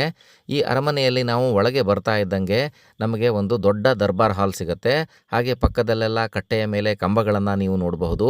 ಈ ಎಲ್ಲ ಕಂಬಗಳ ಮೇಲೂ ಕೂಡ ಮೊದಲು ಚಾವಣಿ ಇರ್ತಿತ್ತಂತೆ. ಅಂದರೆ ಇಲ್ಲಿರುವಂತಹ ಅರಮನೆ ಸುಮಾರು 3 ಅಂತಸ್ತಿನ ಅರಮನೆ ಆಗಿತ್ತು ಅಂತ ಹೇಳ್ತಾರೆ. ನೋಡಿ, ಇಲ್ಲೇನು ನೋಡ್ತಾ ಇದ್ದೀರಲ್ವ ನೀವು, ಇದೇ ದರ್ಬಾರ್ ಹಾಲ್. ಇಲ್ಲೆಲ್ಲ ಸುತ್ತಮುತ್ತ ಜನರು ಕುತ್ಕೊಳ್ತಿದ್ರಂತೆ. ಹಾಗೆ ರೈಟ್ ಸೈಡ್ಗೆ ದರ್ಬಾರ್ ನಡೀತಿತ್ತಂತೆ. ನೋಡಿ, ಮೇಲ್ಗಡೆ ಗೋಡೆಯನ್ನು ನೀವು ನೋಡ್ತಾ ಇದ್ದೀರಲ್ವ, ಅದಕ್ಕಿಂತಲೂ ಎತ್ತರದಲ್ಲಿ ಈ ಅರಮನೆ ಇತ್ತಂತೆ. ಇಷ್ಟೊಂದು ಭವ್ಯವಾದ ಅರಮನೆಯನ್ನು ವೆಂಕಟಪ್ಪ ನಾಯಕರೇ ಇಲ್ಲಿ ಕಟ್ಟಿಸಿದ್ದಂತೆ. ಹಾಗೆ ಇಲ್ಲಿ ಪಟ್ಟಾಭಿಷೇಕ ಹೊಂದಿದ ಏಕೈಕ ಮಹಿಳೆ ಅಂತಂದರೆ ಅವರೇ ರಾಣಿ ಚೆನ್ನಮ್ಮಾಜಿಯವರು. ಈಗ ನೀವಿಲ್ಲಿ ನೋಡಿದ್ದು ಅರಮನೆಯ ಪಬ್ಲಿಕ್ ದರ್ಬಾರ್ ಹಾಲ್. ಅಂದರೆ ಎಲ್ಲರೂ ಕೂಡಿ, ಅಂದರೆ ಎಲ್ಲ ಜನರು ಸೇರಿ ಸಭೆ ಸಮಾಲೋಚನೆ ಇಂಥವನ್ನೆಲ್ಲ ಮಾಡೋದು. ನೀವು ಅರಮನೆಯ ಒಳಗಡೆ ಗೋಡೆಗಳು ಕೋಣೆಗಳನ್ನೆಲ್ಲ ಇಲ್ಲಿ ನೋಡಬಹುದು. ಆದರೆ ಅವೆಲ್ಲವುಗಳು ಕೂಡ ಈಗ ಬಿದ್ದು ಹೋಗಿದ್ದಾವೆ. ಇಲ್ಲಿ ಪ್ರತಿಯೊಂದು ರೂಮ್ಗಳಿಗೂ ಒಂದೊಂದು ವಿಶೇಷತೆ ಇರ್ತಿತ್ತು. ಹಾಗೆ ನೀವು ಈಗ ಇಲ್ಲಿ ನೋಡ್ತಾ ಇರುವಂಥದ್ದು ಖಾಸಾ ದರ್ಬಾರ್ ಹಾಲ್. ಅಂದರೆ ಕೇವಲ ಆಪ್ತರೊಡನೆ ಮಾತ್ರ ಇಲ್ಲಿ ಸಮಾಲೋಚನೆ ಮಾಡಲಾಗ್ತಿತ್ತಂತೆ. ಇನ್ನು ಇಲ್ಲಿ ಛಾವಣಿಗಳೆಲ್ಲ ಯಾವ ಥರ ಇರ್ತಿದ್ವಪ್ಪ ಅಂತಂದರೆ, ನೀವು ಈಗಿನ ಕಾಲದ ತೊಟ್ಟಿ ಮನೆಯನ್ನಂತೂ ನೋಡಿರ್ತೀರ. ಆ ತೊಟ್ಟಿ ಮನೆಯಲ್ಲಿ ಮಧ್ಯದಲ್ಲಿ ಓಪನ್ ಆಗಿ ಇರುತ್ತೆ ನೋಡಿ. ಸುತ್ತಲೂ ಕಟ್ಟೆ ಏನು ಕಾಣಿಸ್ತಾ ಇದೆಯಲ್ಲ ನಿಮಗೆ, ಆ ಕಟ್ಟೆಯ ಮೇಲ್ಗಡೆ ಎಲ್ಲ ಕಂಬಗಳಿರ್ತಿದ್ವಂತೆ. ಆ ಕಂಬಗಳ ಮೇಲ್ಗಡೆ ಚಾವಣಿ ಇರ್ತಿತ್ತಂತೆ. ಹಾಗೆ ಇಲ್ಲಿ ಮಧ್ಯದಲ್ಲಿ ನೋಡಿ ಒಂದು ದೊಡ್ಡ ಹೊಂಡ ಇದೆ. ಸುಮಾರು ಒಂದು 10 ರಿಂದ 12 ಅಡಿ ಆಳ ಇರಬಹುದು ಇದು. ಮಳೆಯ ನೀರನ್ನು ಸಂಗ್ರಹ ಮಾಡಲಿಕ್ಕೆ ಅಥವಾ ಮಳೆ ನೀರು ಇಂಗಲಿಕ್ಕೆ ಈ ರೀತಿ ಏನಾದರೂ ವ್ಯವಸ್ಥೆ ಮಾಡಿದ್ರೋ ಆಗಿನ ಕಾಲದಲ್ಲಿ ಅಂತ ಗೊತ್ತಿಲ್ಲ. ಅಥವಾ ಇಲ್ಲಿ ಬಿದ್ದಿರುವಂತಹ ಮಳೆ ನೀರು ಈ ಗುಂಡಿಯ ಒಳಗೆ ಹೋಗಿ ಇನ್ನೆಲ್ಲಿಗೂ ಹೋಗ್ತಿತ್ತೋ ಅಂತ ಅದು ಕೂಡ ಗೊತ್ತಿಲ್ಲ. ಒಟ್ಟಿನಲ್ಲಿ ವ್ಯವಸ್ಥೆ ಮಾತ್ರ ತುಂಬ ಚೆನ್ನಾಗಿತ್ತು. ಈಗಿನ ಕಾಲದಲ್ಲೆಲ್ಲ ಪ್ರತಿಯೊಂದು ಮನೆಯಲ್ಲೂ ಚೆನ್ನಾಗಿ ವ್ಯವಸ್ಥೆ ಇರುತ್ತಲ್ವ, ಅಟ್ಯಾಚ್ ಬಾತ್ರೂಮ್, ಟಾಯ್ಲೆಟ್ ಎಲ್ಲ. ಹಾಗೆ ಈ ಅರಮನೆಯಲ್ಲೂ ಕೂಡ ಅವೆಲ್ಲ ವ್ಯವಸ್ಥೆಗಳು ಇದ್ವಂತೆ. ನೀವಿಲ್ಲಿ ನೋಡಬಹುದು, ಇಲ್ಲಿ ಕೂಡ ಒಂದು ರೂಮ್ ಇದೆ. ಸುತ್ತಲೂ ಛಾವಣಿ ಇರ್ತಿತ್ತು. ಮಧ್ಯದಲ್ಲಿ ಮಳೆ ಏನಾದರೂ ಬಿದ್ದರೆ ಅದು ಮಧ್ಯದಲ್ಲಿ ಬೀಳ್ತಿತ್ತು. ಹಾಗೆ ಆ ಮಳೆ ನೀರು ಇಲ್ಲಿಂದ ಹರಿದು ಹೋಗ್ಲಿಕ್ಕೂ ಕೂಡ ವ್ಯವಸ್ಥೆ ಇರ್ತಿತ್ತಂತೆ. ಮತ್ತು ಈ ಅರಮನೆಯಲ್ಲಿ ಅದೆಷ್ಟು ರೂಮ್ಗಳಿದ್ವೋ ಎಲ್ಲ ರೂಮ್ಗಳಿಗೂ ಕೂಡ ಉತ್ತಮವಾದಂತಹ ಗಾಳಿ ಮತ್ತು ಬೆಳಕು ಬರಲಿಕ್ಕೆ ವ್ಯವಸ್ಥೆ ಇತ್ತು ಅಂತ ಹೇಳ್ತಾರೆ. ಈಗಲೇ ಈ ಅರಮನೆಯ ಅವಶೇಷಗಳನ್ನು ನೋಡಿದ್ರೇ ಇಷ್ಟೊಂದು ಸುಂದರವಾಗಿದೆ ಅಂತ ಅಂದ್ಕೊಳ್ಳುವಾಗ, ಇನ್ನು ಆಗಿನ ಕಾಲದಲ್ಲಿ ಈ ಅರಮನೆಯ ಭವ್ಯತೆ ಹೇಗಿತ್ತು ಅನ್ನೋದನ್ನು ನೀವು ಥಿಂಕ್ ಮಾಡಬಹುದು. ನೋಡಿ, ಇಲ್ಲಿನ ಕೆಲವು ಕಂಬಗಳಿಗೆ ಸಿಡಿಲು ಹೊಡೆದು ಕಂಬಗಳು ಕೂಡ ಒಡೆದು ಹೋಗಿದ್ದಾವೆ. ಇನ್ನು ಕೆಲವೊಂದು ಕಂಬಗಳನ್ನು ಕಿಡಿಗೇಡಿಗಳು ಉರುಳಿಸಾಕಿದ್ದಾರೆ. ಈಗಿನ ಕಾಲದ AI ತಂತ್ರಜ್ಞಾನದಿಂದ ನಾವು ಈ ಮನೆಯನ್ನು ರೀಕನ್ಸ್ಟ್ರಕ್ಷನ್ ಮಾಡಿ ಕಂಪ್ಯೂಟರ್ನಲ್ಲಿ ನೋಡಿದರೆ ಅದು ಯಾವ ರೀತಿ ಇರ್ತಿತ್ತು ಅನ್ನೋದು ಗೊತ್ತಾಗುತ್ತೆ. ಈ ಅರಮನೆಯಲ್ಲಿ ಸುಸಜ್ಜಿತವಾದಂತಹ ಒಳಚರಂಡಿ ವ್ಯವಸ್ಥೆ, ಗಾಳಿ ಬೆಳಕಿನ ವ್ಯವಸ್ಥೆ, ಟಾಯ್ಲೆಟ್ನ ವ್ಯವಸ್ಥೆ, ಅಡುಗೆ ಕೋಣೆಯ ವ್ಯವಸ್ಥೆ, ಬಚ್ಚಲು ಮನೆಯ ವ್ಯವಸ್ಥೆ ಎಲ್ಲವೂ ಕೂಡ ತುಂಬ ಚೆನ್ನಾಗಿ ಇದ್ವಂತೆ. ಇಲ್ಲಿ 2 ಬಚ್ಚಲು ಮನೆಗಳು ಕೂಡ ಇದ್ವಂತೆ. ಹಾಗೆ ಶುದ್ಧ ಕುಡಿಯುವ ನೀರಿಗೂ ಕೂಡ ಇಲ್ಲಿ ವ್ಯವಸ್ಥೆಯನ್ನು ತುಂಬ ಚೆನ್ನಾಗಿ ಮಾಡಿದ್ರಂತೆ. ನೀವು ಈ ಅರಮನೆಯನ್ನು ಒಂದು ಸುತ್ತು ಹಾಕಿ ಬರೋದ್ರೊಳಗೆ ಎಲ್ಲಿಂದ ಎಲ್ಲಿ ಬರಬೇಕು ಅಂತಲೇ ಗೊತ್ತಾಗಲ್ಲ. ಅಷ್ಟೊಂದು ಭವ್ಯವಾದ ಅರಮನೆ ಇದು. ನೋಡಲಿಕ್ಕೂ ಕೂಡ ತುಂಬ ಸುಂದರವಾಗಿದೆ. ಒಂದು ವೇಳೆ ಇದಕ್ಕೆ ಛಾವಣಿ ಇದ್ದಿತ್ತು ಅಂತಾದರೆ ಈ ಗೋಡೆಗಳು ಇನ್ನೂ ಬಹಳಷ್ಟು ವರ್ಷಗಳ ಕಾಲ ಬರ್ತಿದ್ವೇನೋ. ಆದರೆ ಈಗ ಛಾವಣಿಗಳೆಲ್ಲ ಬಿದ್ದು ಹೋಗಿರೋದ್ರಿಂದ ಗೋಡೆಗಳು ಕೂಡ ಕಾಲದ ಹೊಡೆತಕ್ಕೆ ತುತ್ತಾಗಿ ಕೆಳಗಡೆ ಬಿದ್ದಿದ್ದಾವೆ. ಹಾಗೆ ಇಲ್ಲಿ ನೀವು ಒಂದು ಅದ್ಭುತವಾದಂತಹ ವಸ್ತುವನ್ನು ನೋಡಬಹುದು. ಇಲ್ಲಿ ನಿಮ್ಮ ಕಣ್ಣು ಮುಂದೆ ಇರುವಂಥದ್ದು ಒಂದು ಒಲೆ. ಇದು ರಾಜರ ಕಾಲದಲ್ಲಿ, ಅಂದರೆ ಈ ಅರಮನೆಯಲ್ಲಿ ಅಡುಗೆ ಮಾಡಲಿಕ್ಕೆ ಇದ್ದಂತಹ ಒಲೆ ಇದು. ಈ ಒಲೆಯ ತಂತ್ರಜ್ಞಾನ ಮಾತ್ರ ತುಂಬ ಚೆನ್ನಾಗಿದೆ. ಇದರಲ್ಲಿ ಒಂದೇ ಸಲ 5 ಪಾತ್ರೆಗಳನ್ನು ಇಡುವಷ್ಟು ಸ್ಥಳಾವಕಾಶ ಇದೆ. ನೀವು ಇಲ್ಲಿ ನೋಡಬಹುದು, 3 ಸಣ್ಣ ಸಣ್ಣ ಕಿಂಡಿಗಳು ಕೂಡ ಇದ್ದಾವೆ. ಆಗಿನ ಕಾಲದಲ್ಲಿ ಅದೆಷ್ಟೋ ಜನರು ಈ ಒಲೆಯಲ್ಲಿ ಮಾಡಿದ್ದ ಅಡುಗೆಯನ್ನು ಸವಿದಿರಬಹುದು. ಹಾಗೆ ಈ ಕಡೆ ಬನ್ನಿ, ಇಲ್ಲಿ ಮುಂದೆ ಬಂದರೆ ಏನು ಸಿಗುತ್ತೆ ಅಂತ ನೋಡ್ಕೊಂಡು ಬರೋಣ. ಯಾಕಂದರೆ ಒಂದೇ ಸಲ ನಮಗೆ ಹುಡುಕ್ತಾ ಹೋದರೆ ಇಂಥದ್ದೇ ಸಿಗುತ್ತೆ ಅಂತ ಹೇಳಲಿಕ್ಕೆ ಸಾಧ್ಯ ಇಲ್ಲ. ನಮ್ಮ ಎದುರುಗಡೆ ಏನು ಸಿಕ್ತೋ ಅದನ್ನು ನಾವು ತೋರಿಸ್ತಾ ಹೋಗ್ಬೋದು. ಇಲ್ಲಿ ಒಂದು ಕಂಬ ಕೂಡ ಕೆಳಗಡೆ ಬಿದ್ದಿದೆ. ಮತ್ತು ಈ ಅರಮನೆ ದಾಳಿಕೋರರ ದಾಳಿಗೆ ತುತ್ತಾದ ನಂತರ ಅದೆಷ್ಟೋ ಅವಶೇಷಗಳು ಎಲ್ಲಿ ಮಣ್ಣಡಿಗಾಗಿದ್ದಾವೋ ಅಂತ ಗೊತ್ತಿಲ್ಲ. ಅದು ಅಲ್ಲದೆ ಎಷ್ಟೋ ಜನರು ಇಲ್ಲಿಂದ ತಮಗೆ ಬೇಕಾದಂತಹ ವಸ್ತುಗಳನ್ನೆಲ್ಲ ಆಲ್ರೆಡಿ ತಗೊಂಡು ಹೋಗಿರ್ತಾರೆ. ಅದಕ್ಕಾಗಿ ಇಲ್ಲಿ ಏನು ವಸ್ತುಗಳು ಅಳಿದು ಉಳಿದು ಬಿದ್ದಿದ್ದಾವೋ ಅವನ್ನೇ ನಾವು ನೋಡಬೇಕಾಗಿರುತ್ತೆ. ನೋಡಿ, ಇಲ್ಲಿ ಒಂದು ಮಸಾಲೆ ತಿರುಸುವಂತಹ ಕಲ್ಲಿನ ರೀತಿ ಕಾಣಿಸ್ತಾ ಇದೆ ನಮಗೆ. ನೋಡಿ, ಇನ್ನೂ ಸ್ವಲ್ಪ ಮುಂದೆ ಬಂದ ಕೂಡಲೇ ನಮಗೆ ಮತ್ತೊಂದು ಕಲ್ಲು ಸಿಕ್ತು ಇಲ್ಲಿ. ಇದರಿಂದ ಆವಾಗ ಎಷ್ಟೊಂದು ಮಸಾಲೆ ಪದಾರ್ಥಗಳನ್ನು ಅರೆದಿರಬಹುದು ಅಂತ ನೀವು ಊಹಿಸ್ಕೋಬಹುದು. ಹಾಗೆ ಇನ್ನು ಮುಂದೆ ಹೋಗೋಣ, ಏನೇನು ಸಿಗುತ್ತೆ ಅಂತ ಹೀಗೆ ನೋಡ್ತಾ ಹೋಗೋಣ. ಈಗ ನಾವಿಲ್ಲಿ ಅರಮನೆಯ ಕೊನೆಯ ರೂಮ್ ಕಡೆ ಬಂದಿದ್ದೀವಿ. ನೋಡಿ, ಈ ರೂಮಿನ ಒಳಗೆ ನೋಡಿದರೆ ನಮಗೆ ಆವಾಗಿನ ಕಾಲದ ಒಂದು ಶೌಚಾಲಯ ಕಾಣಿಸುತ್ತೆ. ನೋಡಿ, ಈ ಶೌಚಾಲಯವನ್ನು ಎಷ್ಟೊಂದು ಅದ್ಭುತವಾಗಿ ಆವಾಗಿನ ಕಾಲದಲ್ಲಿ ನಿರ್ಮಾಣ ಮಾಡಿದ್ರು ಅನ್ನೋದು ನಿಮಗೆ ಗೊತ್ತಾಗುತ್ತೆ. ನನ್ನ ಪ್ರಕಾರ ಈ ಶೌಚಾಲಯ ಒಂದು ಇಂಗುಗುಂಡಿಯ ರೀತಿಯ ರಚನೆ ಆಗಿರಬಹುದು ಅಂತ ಅನಿಸುತ್ತೆ. ಈ ಶೌಚಾಲಯ ಆವಾಗ ಈ ಅರಮನೆಗೆ ಅಟ್ಯಾಚ್ಡ್ ಟಾಯ್ಲೆಟ್ ಆಗಿತ್ತು. ಈಗ ನಾವು ಅರಮನೆಯ ಒಂದು ಬದಿಯಲ್ಲಿ ಕೊನೆಯ ಕೋಣೆಯಲ್ಲೇ ಇದ್ದೀವಿ. ಈಗ ಬನ್ನಿ, ಈ ಅರಮನೆಯ ಮತ್ತೊಂದು ಬದಿಗೆ ಹೋಗೋಣ. ನೋಡಿ, ಆ ಕಡೆಯಿಂದ ಪ್ರವಾಸಿಗರೇನು ಬರ್ತಾ ಇದ್ದಾರಲ್ವ, ಆ ಕಡೆ ಕೂಡ ಬಾತ್ರೂಮ್ ಇದೆ. ಅವನ್ನು ಈಗ ನೋಡ್ಕೊಂಡು ಬರೋಣ. ನೋಡಿ, ನಾವು ಈ ಕಡೆ ಬಂದಿದ್ದೀವಿ. ಇಲ್ಲಿ ನೆಲದಲ್ಲೇ ಹುಗಿದಿರುವಂತಹ ಒಂದು ಬಾನಿಯ ರೀತಿಯ ರಚನೆ ಇದೆ. ಇದರಲ್ಲಿ ಈಗ ಮಳೆ ನೀರು ತುಂಬಿಕೊಂಡಿದೆ. ನೋಡಿ, ಒಂದು ವೇಳೆ ಕ್ಲೀನ್ ಇದ್ದರೆ ಎಷ್ಟೊಂದು ಸುಂದರವಾಗಿರ್ತಿತ್ತು ಇದು. ಹಾಗೆ ನಿಮ್ಮ ಎದುರುಗಡೆ ನೀವು ನೋಡ್ತಾ ಇರುವಂಥದ್ದು ಆವಾಗಿನ ಕಾಲದ ಸ್ನಾನಗೃಹ. ಹಾಗೆ ಇಲ್ಲಿ ನೀರಿನ ತೊಟ್ಟಿಯನ್ನು ಕೂಡ ನೀವು ನೋಡಬಹುದು. ಈ ತೊಟ್ಟಿಯಲ್ಲಿ ನೀರನ್ನು ತುಂಬಿಕೊಂಡು ಸ್ನಾನ ಮಾಡ್ತಿದ್ರು. ಇಲ್ಲಿ 2 ಸ್ನಾನಗೃಹಗಳಿದ್ದಾವೆ. ಈ ಕಡೆ ಕೂಡ ಒಂದು ಸ್ನಾನಗೃಹ ಇದೆ, ಆ ಕಡೆ ಕೂಡ ಒಂದು ಸ್ನಾನಗೃಹ ಇದೆ. ನೋಡಿ, ಆ ಕಡೆಯ ಸ್ನಾನಗೃಹಕ್ಕೆ ಇಲ್ಲಿಂದ ಬೆಂಕಿ ಹೊಡ್ತಿದ್ರಂತೆ. ಹಾಗೆ ಈ ಕಡೆ ಇರುವ ಸ್ನಾನಗೃಹಕ್ಕೆ ಈ ಜಾಗದಲ್ಲಿ ಹಂಡೆಯನ್ನು ಇಟ್ಟಿರ್ತಿದ್ರಂತೆ. ನೋಡಿ, ಇದೇ ಹಂಡೆಯನ್ನು ಇಡುವಂತಹ ಸ್ಥಳ. ಇಲ್ಲಿರುವಂತಹ ಹಂಡೆಗೆ ಬೆಂಕಿ ಹಾಕಿ ನೀರು ಕಾಯಿಸಲು ಈ ಕಡೆ ವ್ಯವಸ್ಥೆ ಇದೆ. ನೋಡಿ, ಇಲ್ಲಿಂದ ನಾವು ಕಟ್ಟಿಗೆಯನ್ನು ಹಾಕಿ ಬೆಂಕಿಯನ್ನು ಹಾಕ್ಬೋದು. ಆ ರೀತಿಯಾದಂತಹ ಒಂದು ವ್ಯವಸ್ಥೆ ಆವಾಗಿನ ಕಾಲದಲ್ಲೂ ಇತ್ತು. ಹಾಗೆ ಇದರ ಪಕ್ಕದಲ್ಲೇ ಒಂದು ನೀರಿನ ತೊಟ್ಟಿ ಇದೆ. ಇಲ್ಲಿಗೆ ನೀರು ಮೇಲ್ಗಡೆ ಗುಡ್ಡದಿಂದ ಬರ್ತಿತ್ತಂತೆ. ನೋಡಿ, ಇಲ್ಲಿ 2 ತೊಟ್ಟಿಗಳಿದ್ದಾವೆ. ಅಲ್ಲಿ ಮೇಲ್ಗಡೆ ಏನು ನಿಮಗೆ ಕಾಣಿಸ್ತಾ ಇದೆಯಲ್ಲ, ಅಲ್ಲಿ ಮೇಲ್ಗಡೆ ಒಂದು ಕೊಳ ಇದೆಯಂತೆ. ಆ ಕೊಳದಿಂದ ಇಲ್ಲಿ ಪೈಪ್ನ ಮುಖಾಂತರ ನೀರು ಬರ್ತಿತ್ತಂತೆ. ಆವಾಗೆಲ್ಲ ತಾಮ್ರದ ಪೈಪ್ಗಳನ್ನು ಯೂಸ್ ಮಾಡ್ತಿದ್ರಂತೆ. ನೋಡಿ, ಇದೇ ಈ ಸ್ನಾನಗೃಹ. ಎಷ್ಟೊಂದು ಅದ್ಭುತವಾಗಿತ್ತು ಆವಾಗಿನ ಸ್ನಾನಗೃಹ ಅನ್ನೋದನ್ನು ನೀವಿಲ್ಲಿ ನೋಡಬಹುದು. ಒಟ್ಟು ಈ ಅರಮನೆಯಲ್ಲಿ 2 ಸ್ನಾನಗೃಹಗಳನ್ನು ನಾವು ನೋಡಿದ್ವಿ. ಹಾಗೆ ಈ ಅರಮನೆಯ ಸುತ್ತಲೂ ಬಲಿಷ್ಠವಾದ ಕಲ್ಲಿನ ಗೋಡೆಗಳನ್ನು ನೀವು ನೋಡಬಹುದು. ಬನ್ನಿ ಈಗ ನಾವು ಈ ಅರಮನೆಯ ಹಿಂದ್ಗಡೆ ಹೋಗೋಣ. ಅರಮನೆಯ ಹಿಂದ್ಗಡೆ ಹೋದರೆ ನಮಗೆ ರಾಣಿ ಕೊಳ ಸಿಗುತ್ತೆ. ಅಂದರೆ ಇಲ್ಲಿ ರಾಣಿಯರು ಸ್ನಾನ ಮಾಡ್ತಿದ್ರು ಹಾಗೆ ಈಜ್ತಿದ್ರಂತೆ. ಈ ಕೊಳವನ್ನು ಶಾಂತಗಂಗೆ ಕೊಳ ಅಂತ ಕರೀತಾರೆ. ಈಗ ಇದರಲ್ಲಿ ಯಾರೂ ಇಳಿಬಾರ್ದು ಅಂತ ಹೇಳಿಬಿಟ್ಟು ಇಲ್ಲಿ ಬೇಲಿಯನ್ನು ನಿರ್ಮಾಣ ಮಾಡಿದ್ದಾರೆ. ಈ ಶಾಂತಗಂಗೆ ಕೊಳ ಹಂತ ಹಂತವಾಗಿದ್ದು ನೋಡಲು ತುಂಬ ಚೆನ್ನಾಗಿದೆ. ಹಾಗೆ ಇದರಲ್ಲಿ ಮಳೆಗಾಲದಲ್ಲಿ ನೀರು ತುಂಬಿಕೊಂಡಾಗಂತೂ ನೋಡಲಿಕ್ಕೆ ಇನ್ನೂ ಸುಂದರವಾಗಿ ಕಾಣಿಸುತ್ತೆ. ಈ ಶಾಂತಗಂಗೆ ಕೊಳಕ್ಕೆ ಕೆಳಗುವರೆಗೂ ಇಳಿದು ಹೋಗಲಿಕ್ಕೆ ಸುಂದರವಾಗಿ ಮೆಟ್ಟಿಲುಗಳನ್ನು ನಿರ್ಮಾಣ ಮಾಡಿದ್ದಾರೆ. ಹಾಗೆ ಈ ಶಾಂತಗಂಗೆ ಕೊಳಕ್ಕೆ ನೀವು ಇಲ್ಲಿ ಹೆಸರು ಬರೆದಿದ್ದನ್ನು ನೋಡಬಹುದು. ನಾನಿಲ್ಲಿ ನಿಮಗೆ ಝೂಮ್ ಮಾಡಿ ತೋರಿಸ್ತಾ ಇದ್ದೀನಿ ನೋಡಿ ಇಲ್ಲಿ ಶಾಂತಗಂಗೆ ಕೊಳ ಅಂತ ಹೇಳಿ ಕಲ್ಲಿನಲ್ಲಿ ಕೆತ್ತನೆಯನ್ನು ಮಾಡಲಾಗಿದೆ. ಹಾಗೆ ಈ ಕೊಳದ ಹಿಂದೆ ಸ್ವಲ್ಪ ದೂರ ಹೋಗಿ ನಾವು ಮೆಟ್ಟಿಲುಗಳನ್ನು ಹತ್ತಿ ಮೇಲ್ಗಡೆ ಹೋದರೆ ಈ ಮೇಲ್ಗಡೆ ಕಲ್ಲಿನ ಕಟ್ಟೆ ಏನಿದೆ ಅದರ ಮೇಲೆ ಹೋಗಬಹುದು. ಹಾಗೆ ಅಲ್ಲಿಂದ ನಮಗೆ ಅರಮನೆಯ ವ್ಯೂ ತುಂಬ ಚೆನ್ನಾಗಿ ಕಾಣಿಸುತ್ತೆ. ನೋಡಿ ಇಲ್ಲಿ ನಿಂತು ನೋಡಿದಾಗ ನಮಗೆ ಈ 2 ಎಕರೆ ಪ್ರದೇಶದಲ್ಲಿ ಹರಡಿರುವಂತಹ ಅರಮನೆ ಮುಂದಿನಿಂದ ಹಿಂದಿನವರೆಗೂ ಕಾಣಿಸುತ್ತೆ. ಹಾಗೆ ಇಲ್ಲಿ ಮೇಲೆ ಹತ್ತಿದಾಗ ನಮಗೆ ಸಾಕಷ್ಟು ಬಗೆಯ ಕಲ್ಲಿನ ರಚನೆಗಳು ಕಾಣಿಸ್ತವೆ. ಇವುಗಳು ಏನು ಅಂತ ನಿಮಗೇನಾದರೂ ಗೊತ್ತಿದ್ದರೆ ಕಮೆಂಟಲ್ಲಿ ತಿಳಿಸಿ. ಈ ರೀತಿಯ ಉದ್ದನೆಯ ಕಲ್ಲಿನ ಕೆತ್ತನೆ ಏನಾಗಿರಬಹುದು ಅಂತ ನಿಮಗೇನಾದರೂ ಗೊತ್ತಿದ್ದರೆ ನಮಗೆ ಖಂಡಿತ ತಿಳಿಸಿ. ಸ್ನೇಹಿತರೆ, ಈ ಕೋಟೆಯ ಬಗ್ಗೆ ಇನ್ನೊಂದು ವಿಷಯ ಏನಪ್ಪ ಅಂತಂದರೆ, ಇದೇ ಕೋಟೆಯಲ್ಲಿ ಚೆನ್ನಮ್ಮಾಜಿಯವರು ಛತ್ರಪತಿ ಶಿವಾಜಿ ಮಹಾರಾಜರ ಮಗನಾದಂತಹ ರಾಜಾರಾಮನಿಗೆ ರಕ್ಷಣೆ ನೀಡಿದರು. ಅವನಿಗೆ ರಕ್ಷಣೆಯನ್ನು ನೀಡಿ ಜಿಂಜಿ ಕೋಟೆಗೆ ಕಳಿಸುವಲ್ಲಿ ಸಹಾಯ ಮಾಡಿದರು.